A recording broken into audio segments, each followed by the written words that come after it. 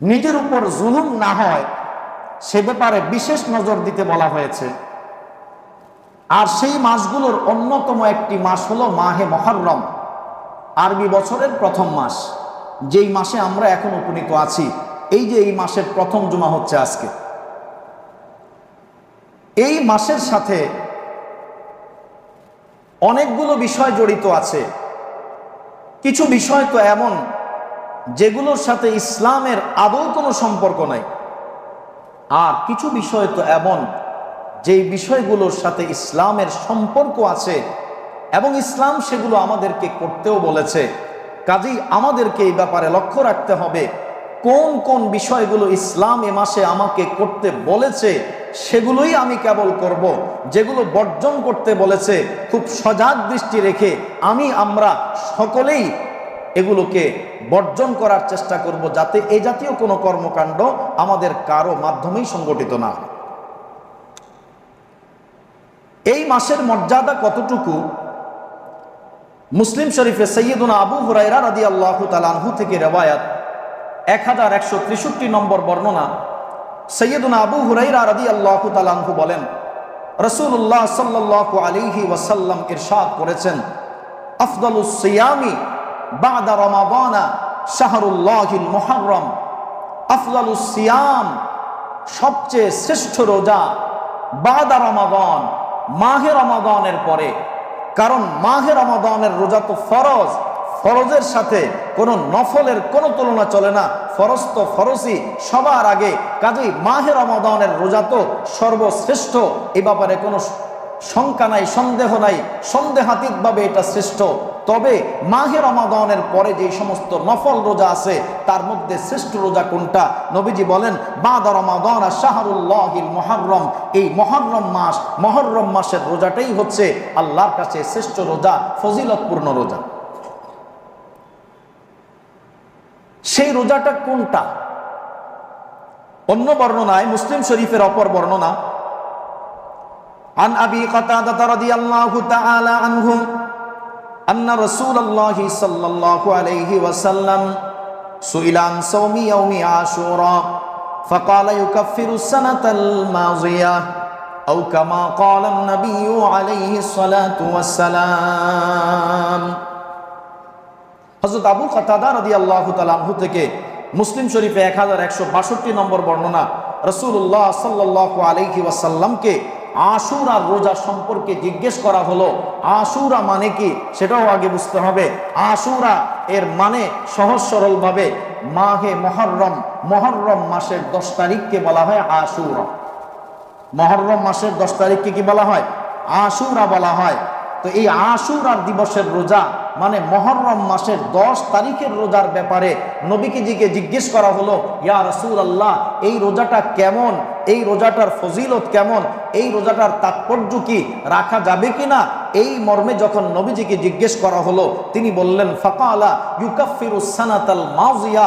এই রোজাটো এতই তাৎপর্যপূর্ণ, এতই ফজিলতপূর্ণ যে ইউকাফিরুস সানাতাল মাযিয়া, বিগত বছরের, বিগত জীবনের মানে অতীত জীবনের 1 বছরের গুনাহের কাফফারা হয়ে যাবে।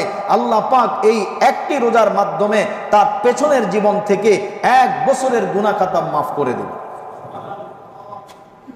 তাহলে নফল রোজার মধ্যে মাহে মুহররম, মুহররম মাসের রোজা দামি। বিশেষ করে মুহররম মাসের 10 তারিখের রোজা, আশুরার রোজা, এটা হলো বিশেষ ফজিলতপূর্ণ, যা মুসলিম শরীফের এই বর্ণনা থেকে স্পষ্ট। এই রোজার সূচনা কিভাবে হলো? নবীজি এবং সাহাবায়ে কেরাম কখন থেকে কিভাবে রোজাটি রাখা শুরু করলেন, বা বিশেষ গুরুত্ব কখন থেকে দেয়া হলো? হযরত আব্দুল্লাহ ইবনে আব্বাস রাদিয়াল্লাহু তাআলা আনহু থেকে বুখারী শরীফের 3397 নম্বর বর্ণনাতে এসেছে, আন ইবনে আব্বাস রাদিয়াল্লাহু তাআলা আনহু قال لما قدم رسول الله صلى الله عليه وسلم المدينة وجدهم يصومون يوما يعني عاشوراء فقالوا هذا يوم عظيم وهو يوم نجى الله فيه موسى وأغرق آل فرعون فصام موسى شكرا لله فقال رسول الله صلى الله عليه وسلم আনা আউলা বিমূসা মিনকুম ফাসামাহু ওয়া আমারা বিসিয়ামিহি আও কামা ক্বালা আন-নাবিয়্যু আলাইহিস সালাতু ওয়াস সালাম। বুখারী শরীফের 3397 নম্বর বর্ণনা। সাইয়্যিদুনা আব্দুল্লাহ ইবনে আব্বাস রাদিয়াল্লাহু তাআলা আনহু বলেন, রাসূলুল্লাহ সাল্লাল্লাহু আলাইহি ওয়াসাল্লাম যখন মদিনায় আগমন করলেন, এসে দেখলেন যে ইহুদিরা রোজা রাখে, অর্থাৎ আশুরার দিবসে তারা রোজা রাখে, এই বিশেষ দিনটাকে তারা রোজার মাধ্যমে পালন করে। জিজ্ঞেস করলেন এটা কি? উত্তরে তারা বলল, হাদা ইয়াউমুন আযীমুন, এটা একটা মহান দিবস, অনেক ফজিলতের দিন, অনেক মর্যাদাপূর্ণ একটা দিন। ওয়া হুয়া ইয়াউমুন নাজ্জাল্লাহু ফীহি মূসা, এই দিনটা তো এমনই তাৎপর্যপূর্ণ একদিন, ঐতিহাসিক একদিন, যেই দিনে আল্লাহ পাক তারই একজন বিখ্যাত পয়গম্বর সাইয়্যিদুনা মূসা আলাইহিস সালাতু ওয়াস সালামকে ফেরাউন এবং তার দলবলের নির্যাতন থেকে, জুলুম থেকে মুক্ত করেছেন। এবং ওয়া আগরাকা আলা ফিরআউনা, আর তার এবং আল্লাহর দুশমন ফেরাউন এবং তার দলবলকে আল্লাহ পাক ওই দিন নীল দরিয়াতে ডুবিয়ে চিরতরে খতম করে দিয়েছিলেন। কাজেই এটা আমাদের ইতিহাসে বড়ই একটি তাৎপর্যপূর্ণ দিন, কারণ আমাদের নবী পয়গম্বর মূসা আলাইহিস সালাম যেদিন মুক্তি লাভ করলেন, যেই দিন তার দুশমনদেরকে চিরতরে খতম করা হলো, এই কারণে দিনটা আমাদের ইহুদি সমাজের কাছে মর্যাদার এবং স্মরণীয় দিন। এই কারণেই পয়গম্বর মূসা আলাইহিস সালাম আল্লাহ পাকের দেয়া এই নিয়ামতের শুকরিয়া আদায় করলেন যে আল্লাহ পাক তাকে এবং তার জাতিকে মুক্ত করেছেন, দুশমনদেরকে চিরতরে খতম করে দিয়েছেন। তাই পয়গম্বর ফাসামা মূসা শুকরান লিল্লাহ, মূসা আলাইহিস সালাম আল্লাহর শুকরিয়া আদায় করার জন্য এই দিনটাকে রোজা রেখে পালন করেছেন, রোজার মাধ্যমে এর শুকরিয়া আদায় করেছেন, এজন্যই তিনি রোজা রেখেছেন। ওইখান থেকেই আমাদের পয়গম্বরের অনুকরণে আমরাও এই দিনটাকে রোজার মাধ্যমে উদযাপন করি, আমরাও সেই সময় থেকে রোজা পালন করে আসছি। রাসূলুল্লাহ সাল্লাল্লাহু আলাইহি ওয়াসাল্লাম তখন যে মন্তব্য করলেন সেটা হলো আমাদের লক্ষ্য করার বিষয়। ফাকাল রাসূলুল্লাহ সাল্লাল্লাহু আলাইহি ওয়াসাল্লাম আনা আউলা বিমূসা মিনকুম, আল্লাহ নবী বললেন, ও বনি ইসরাইল, ও ইহুদিরা, তোমরা যদি আল্লাহর নবী হওয়ার সুবাদে পয়গম্বর মূসা আলাইহিস সালামের অনুসরণ করতে পারো, এজন্যই তো অনুকরণ করছো, তিনি একজন আল্লাহর বিখ্যাত পয়গম্বর, একজন নবী। নবী হওয়ার সুবাদে যদি তার অনুকরণ তোমরা করতে পারো, তাহলে আমিও তো আল্লাহর একজন নবী, আমরাও তো আল্লাহ পাকের অনুগত বান্দা, তাহলে সেই হিসাবে আনা আউলা মিনকুম বিমূসা, আমিও তোমাদের চেয়ে মূসা আলাইহিস সালামের অনুকরণ করার বেশি দাবিদার। তোমরা যদি তার অনুসরণ করতে পারো, তাহলে আমি কেন পারবো না? একটি ভালো কাজে কারো অনুসরণ করব, আরো একজন পয়গম্বর, তাতে আপত্তির কি আছে? উনি তো পয়গম্বর, ভালো কাজ তিনি করেছেন, সেটাতে তো আর অনুসরণের কোনো বাধা নাই। তোমরা পারলে আমরা আরো বেশি উপযুক্ত। এই বলে নবীজি ফাসামাহু ওয়া আমারা বিসিয়ামিহি, নবীজিও রোজা রাখলেন আর সাহাবায়ে কেরামকেও রোজা রাখার আদেশ দিলেন। এই যে রোজাটা, ওই সময়ে, ওই বিশেষ সময়ে নবীজি বিশেষ গুরুত্ব সহকারে রোজাটা পালন করেছেন। তবে এর আগে যে পালন করেননি তা নয়, কিন্তু এই দিন, এই বিষয়টা শোনার পরে নবীজি যেভাবে গুরুত্ব দিয়ে, আদেশ দিয়ে রোজা রাখতে বলেছেন, নিজেও এলান করে রোজা রাখলেন, এটা হয়তো আগে হয়নি। আগে রোজা নবীজি রেখেছেন, কিন্তু এর আগে এইভাবে ঘোষণা করে অন্যদেরকে আদেশ দিয়ে এভাবে কখনো তিনি করেননি। এটা আগে থেকেই নবীজি রেখেছেন, যেটা আম্মা জান আয়েশা সিদ্দিকা রাদিয়াল্লাহু তাআলা আনহার বর্ণনায়, মুসলিম এবং তিরমিজি শরীফ, বুখারী শরীফ সহ আবু দাউদ শরীফের বর্ণনা, সব কিতাবেই বর্ণনাটি এসেছে যে নবীজি আগ থেকেই রোজাটা রাখতেন, তবে কখনো কাউকে রাখতে বলেননি, আদেশ দেননি, ঘোষণা দেননি। ঘোষণা দিয়েছেন মদিনায় আসার পরে, ইহুদিদের কাছ থেকে বিষয়টা জানার পরে, তখনই আলাদাভাবে তিনি এটার গুরুত্ব দিয়ে ঘোষণা করেছেন। عن عائشة رضي الله تعالى عنها قالت كان يوم عاشوراء يوما تصومه قريش في الجاهلية وكان رسول الله صلى الله عليه وسلم يصومه في الجاهلية আম্মা জান আয়েশা সিদ্দিকা রাদিয়াল্লাহু তাআলা আনহা বলেন, রাসূলুল্লাহ আশুরার দিনটা এমন, যেই দিনে রোজা রাখা জাহিলিয়াতের যুগে কুরাইশরাও রোজা রাখতো। কুরাইশ গোত্রের লোকেরাও জাহিলিয়াতের যুগে, ইসলামের আগেও তারা এই তারিখে রোজা রাখতো। কোন তারিখে? এই আশুরার তারিখে তারা রোজা রাখত। ওয়া কানা রাসূলুল্লাহ সাল্লাল্লাহু আলাইহি ওয়াসাল্লাম ইয়াসুমুহু ফিল জাহিলিয়াহ, নবীজিও জাহিলিয়াতের যুগে, ইসলামের সূচনার আগেও তিনি রোজাটা রাখতেন। কারণ নবীজির অভ্যাস ছিল যদি কোনো ভালো কিছু পেতেন তিনি সেটা গ্রহণ করতেন। কে করেছে, কারা করেছে সেটা লক্ষণীয় না। যদিও কাজটা জাহিলিয়াতের যুগে কুরাইশদেরকে দেখেছেন, যেহেতু কাজটা ছিল ভালো, এই জন্য তিনি তাদের এই ভালো কাজটাকে গ্রহণ করে আজ থেকে তিনি এই রোজাটা তারা যেভাবে রেখেছে তিনিও আশুরার দিবসে রোজা রেখেছেন। যেহেতু এখানে মন্দ কোনো দিক ছিল না, তাই নবীজি এই দিনটাকে রোজা হিসাবে গ্রহণ করেছেন। তবে সাধারণভাবে ঘোষণা করেননি, তিনি রাখছেন এটা বলেননি, আর উম্মতকেও রাখার নির্দেশ তিনি দেননি। ব্যক্তিগতভাবে তিনি এটা উদযাপন করেছেন, পালন করেছেন। কিন্তু ফালাম্মা কদিমাল মাদিনা সামাহু ওয়া আমারা বিসিয়ামিহি, মদিনায় আগমন করে পরবর্তীতেই তিনি নিজেও রোজা রাখলেন আনুষ্ঠানিকভাবে ঘোষণা দিয়ে, এবং ওয়া আমারা বিসিয়ামিহি, এবং উম্মতকে মুসলমানদেরকে রোজা রাখতে আদেশ করলেন। এরপরে মাত্র 1 বছরের পরে দ্বিতীয় হিজরিতেই যখন মাহে রমাদানের রোজা ফরজ করা হলো, ফালাম্মা ফুরিদা রমাদানু, যখন রমজান মাসের রোজা ফরজ করা হলো, কানা হুয়াল ফরিদা, তখন এই রোজাটাই ফরজ হয়ে গেল, রমজানের রোজাটাই ফরজ হয়ে গেল। ওয়া তুরিকা আশুরা, আশুরার দিবসের রোজা বাদ দেওয়া হলো, মানে ফরজ হিসাবে বাদ দেওয়া হলো।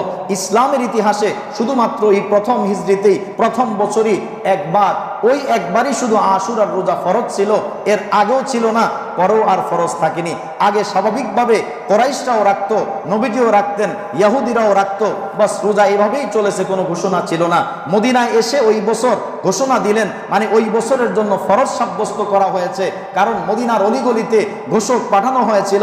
এইভাবে যে হযরত সালমা ইবনে আকওয়া রাদিয়াল্লাহু তাআলা আনহু থেকে বর্ণিত, মুসলিম ও বুখারী শরীফের বর্ণনা, তিনি বলেন, আমার নবী সাল্লাল্লাহু আলাইহি ওয়াসাল্লাম আমার রজুলানি মিন আসলাম, বনু আসলাম গোত্রের 2 জন ব্যক্তিকে নবীজি দায়িত্ব দিলেন, আদেশ করলেন যে আন আযদিন ফিন নাস, যাও মানুষের মাঝে ঘোষণা করে দাও, এলান করে দাও, আন্নামান কানা আকালা, যে ব্যক্তি খেয়ে ফেলেছে, ফালিয়াসুম বাকিয়াতা ইয়াউমিহি, যে আগের থেকে রোজা রাখেনি, সাহারি করেনি, সে হয়তো খাওয়া দাওয়া করে ফেলেছে, তাকেও বলে দাও সেজন্য বাকি দিন রোজাদারের মতো কাটায়, বাকি দিন খেতে পারবে না, বাকি দিন সেও খেতে পারবে না, যদিও রোজা হবে না, কিন্তু এখন থেকে যেহেতু এই রোজাটা ফরজ, এই ফরজের সম্মানার্থে অন্তত বাকি সময়টা তাকে রোজাদারের মতো করে পালন করতে হবে, সময়টা অতিক্রম করতে হবে।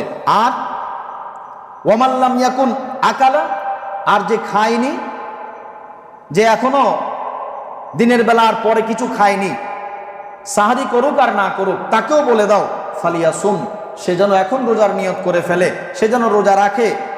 ফাইন্নাল ইয়াউমা ইয়াউমু আশুরা, কারণ আজকের দিনটা হলো আশুরার দিন, মুহররমের 10 তারিখ। কাজেই বলে দাও, ঘোষণা করে দাও যেন কেউ রোজার ছাড়া ভিন্নভাবে না থাকে। যারা মানে বালেগা, যারা প্রাপ্তবয়স্ক নারী পুরুষ যারা আছে, তারা যেন প্রত্যেকেই রোজা রাখে। তো যারা আগে খেয়ে ফেলেছে তারা বাকি দিনটা রোজাদারের মতো কাটাবে, আর যারা খায়নি তারা তো পূর্ণাঙ্গ রোজাটাই রাখবে, তারা রোজা পূর্ণ করবে। এভাবে নবীজি ওই বছরের জন্য আদেশ দিয়েছেন। কিন্তু যখনই ফালাম্মা ফুরিদা রমাদানু তুরিকা আশুরা, পরবর্তী সনেই যখন রমজান মাসের রোজা ফরজ করে দেওয়া হলো, তখন তুরিকা আশুরা বাদ দেওয়া হলো, মানে ফরজ হিসাবে বাদ দেওয়া হলো, একদম চূড়ান্তভাবে বাদ দেওয়া হয়নি, ওইটা রয়ে গেছে নফল হিসাবে। কারণ অন্য বর্ণনাতে আসে ফালাম্মা ফুরিদা রমাদানু কানা হুয়াল ফরিদা ওয়া তুরিকা আশুরা ফামান শাআ সামাহু ওয়া মান শাআ তারাকাহু, যে চায় সে রাখবে, যে না চায় সে না রাখবে। মানে এখন সেটা নফল আকারে রয়ে গেল, চাইলে রাখতে পারে, না চাইলে নাও রাখতে পারে, চাইলে রাখতে পারে, না চাইলে না রাখতে পারে। তার মানে এখন রোজাটা নফল। তাহলে আমরা এত আলোচনা থেকে সার কথা যেটা বুঝতে পারলাম সেটা হলো মাহে মুহররমের 10 তারিখের একটি তাৎপর্যপূর্ণ রোজা আছে, তাৎপর্যপূর্ণ একটি রোজা আছে। সেই রোজাটা অত্যন্ত ফজিলতের নফল রোজা। তবে সেটা কি রোজা? নফল রোজা। এবং সেই ফজিলতটা কি? যে 1 বছরের গুনাহ খাতা আল্লাহ পাক মাফ করে দিবেন, বিগত জীবনের 1 বছরের গুনাহ খাতা আল্লাহ পাক মাফ করে দিবেন। এটা হচ্ছে এই রোজার বিশেষ ফজিলত এবং তাৎপর্য। বাকি রইল এখানে আর কোন রোজা আছে কিনা। রাসূলুল্লাহ সাল্লাল্লাহু আলাইহি ওয়াসাল্লাম প্রথম তো এইভাবেই রোজা রাখলেন, এই রোজাটা এইভাবেই রাখতে লাগলেন, 10 তারিখে রোজা রাখতেছেন। পরবর্তীতে যখন তাকে ইহুদিদের সঙ্গে কোনো আমলে যেন মিল বজায় না রাখা হয়, বরং তাদের সঙ্গে যেন বিরোধিতা করা হয়, এই আদেশ যখন করা হলো যে না তাদের সঙ্গে মিল রাখতে পারবেন না, তাহলে এখন ওরাও একটা রাখে, ওরা তো আগের থেকে একটা রাখে, ইতিহাস থেকে যেটা বোঝা গেল। এখন তাহলে তাদের সাথে মুখালাফত, বিরোধিতা, ভিন্নতা কিভাবে হবে? তখন নবীজি আশাবাদ ব্যক্ত করলেন, লাইন ইশতু লা আসুমান্নাত তাসিআ, যদি আগামী বছর বেঁচে থাকি আমি, আল্লাহ পাক যদি আগামী বছর আশুরার সময় মুহররম মাসে আমাকে বাঁচিয়ে রাখেন, তাহলে আমি লা আসুমান্নাত তাসিআ, আমি 9 তারিখেও রোজা রাখবো। রোজা তো এতদিন ছিল মাত্র একটা, 10 তারিখ। নবী আশাবাদ ব্যক্ত করলেন, আগামী বছর বেঁচে থাকলে আমি 10 তারিখেও কি রাখবো? 9 তারিখেও রোজা রাখবো। যেটা সাইয়্যিদুনা আব্দুল্লাহ ইবনে আব্বাস রাদিয়াল্লাহু তাআলা আনহুর বর্ণনায় এসেছে, মুসলিম শরীফের 1134 নম্বর বর্ণনা। তিনি বলেন, ইন্নাহু ইয়াউমুন তা'যুমুহুল ইয়াহুদ ওয়ান নাসারা, ইয়া রাসূলুল্লাহ, এই দিনটা তো ইহুদিরা এবং নাসারারা সম্মান করে, যেই বিষয়টাকে তাদের সঙ্গে আপনাকে ভিন্নতা বজায় রাখতে বলা হয়েছে।